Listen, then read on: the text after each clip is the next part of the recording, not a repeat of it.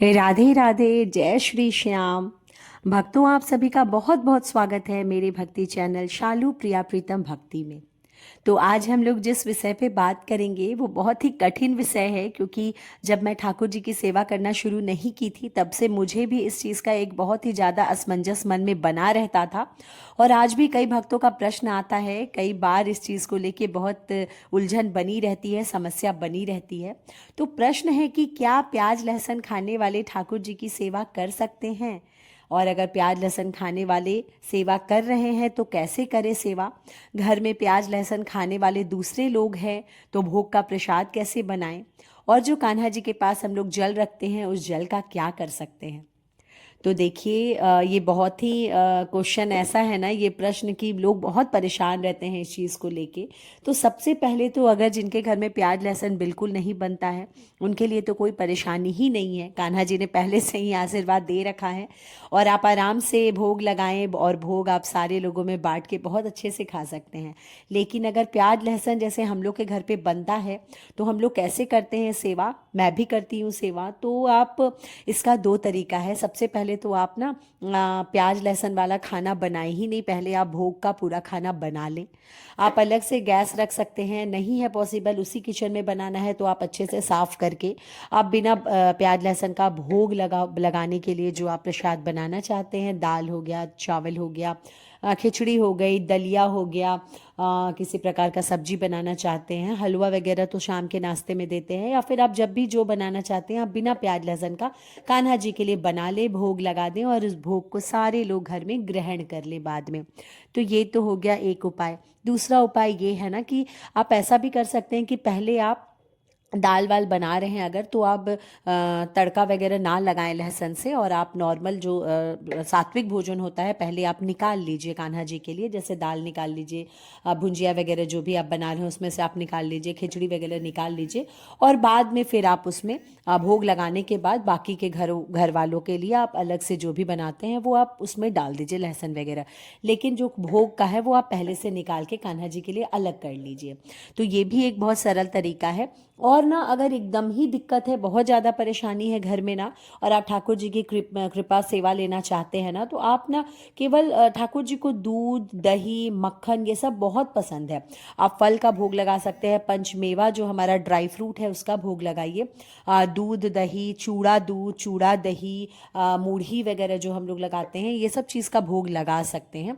आप जो seasonal fruit चल रहा हो, जो ऋतु फल चल रहा हो, आप उसका भोग लगाइए। हलवा हो गया, खीर हो गया, सेवई हो गया, मीठा भोजन का आप भोग लगा सकते हैं। तो ये भी बहुत उत्तम तरीका होता है कि आप कान्हा जी को, और विशेष अवसरों पर जैसे आपके घर में किसी प्रकार का फंक्शन वगैरह है और आप लोग जैसे बिना प्याज लहसुन वाला पूजा पाठ का खाना बन रहा है पूरा प्रॉपर, तब आप कान्हा जी के लिए उसमें से भी भोग लगा सकते हैं। तो ऐसा भी आप करें कि आप मीठा भोजन करें अगर आपके घर में बहुत ज़्यादा परेशानी है तो। और अगर नहीं तो बहुत अच्छा होगा कि आप चावल दाल सब्जी जो भी आप हैं कान्हा के लिए बना लें अलग से, या फिर पहले से निकाल लें और आप उसका भोग लगा दें। और ना एक प्रश्न आता है ना कि जैसे जो हम लोग को कान्हा जी को भोग लगाते हैं वो कितने देर तक रखना चाहिए उनके सामने? तो देखिए, कान्हा जी को अगर आप फल वगैरह का भोग लगा रहे हैं, फल कटा हुआ है, तो आप उसको 5-10 मिनट के बाद आप उसको हटा लें प्रसाद। तब तक कान्हा जी जो हैं वो ना दृष्टि भोग स्वीकार करते हैं, तो वो देख लेंगे ही तो आपका भोग स्वीकार हो गया। तो आपको बस मानसिक भोग लगाना है, आप रख दीजिए और 10 मिनट के बाद आप हटा लीजिए। अगर सूखा हुआ ड्राई फ्रूट वगैरह है या फिर आप कटे हुए फल नहीं, नॉर्मल ऐसे फल रखें तो आप उस देर तक उसको छोड़ सकते हैं।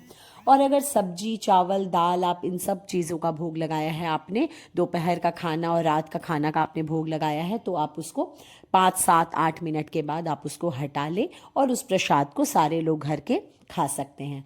आपने अगर लहसुन प्याज घर में नहीं बनाया है तो आप उस भोग के प्रसाद को पूरे घर के खाना में, जो भी घर के लोगों के भोजन में आपने बनाया है उसमें आप वो भोग के प्रसाद को डाल सकते हैं, ताकि सारे लोगों को भोग वो प्रसाद जो है वो प्राप्त हो। कहते हैं ना, एक बूंद भी अगर प्रसाद कहीं किसी बड़े पात्र में चला जाता है तो उस पात्र में भरा भरा हुआ सारा भोजन जो है भोग के रूप में हो जाता है, और घर के सारे लोग उसको ग्रहण करेंगे तो उनकी मानसिक स्थिति और हर तरह से उनको सुधार। और जिनको खासकर गुस्सा आता है ना, उनको कान्हा जी का भोग ज़रूर देना चाहिए।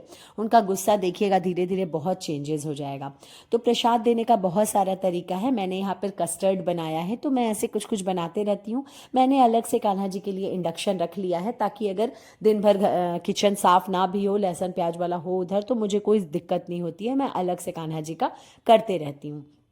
तो ये हो गया। इसके अलावा जो पानी है ना, जो आप पानी रखते हैं कान्हा जी के सामने, उसके बारे में लोग पूछते हैं। तो पानी तो सबसे पहले सारे लोगों को पीना चाहिए। मैं तो ग्लास पूरा भर के ही पी जाती हूँ, बच्चे भी मेरे पी जाते हैं। और उसके अलावा अगर आप ऐसा नहीं कर सकते हैं तो जैसे आटा वगैरह आप सान रहे हैं ना घर का, तो आप उसमें वो पानी डाल के सान दीजिए। हाँ, ये ध्यान दें कि प्याज लहसुन वाले में नहीं होना चाहिए। तो आप उससे सान दीजिएगा तो घर के सारे लोगों को वो प्रसाद रूपी जो जल है वो मिल जाएगा, ग्रहण कर लेंगे सारे लोग। ये बहुत अच्छी बात हो जाएगी। आप उस पानी को ना वैसे लोगों को ज़रूर पिलाएं जिनको ना बहुत गुस्सा आता है, जिनको कमज़ोरी है, जिनका तबीयत बार बार ख़राब होता है। आप विश्वास करेंगे कि उन पर ना ऐसा बदलाव आएगा ना, मैं क्या बताऊं।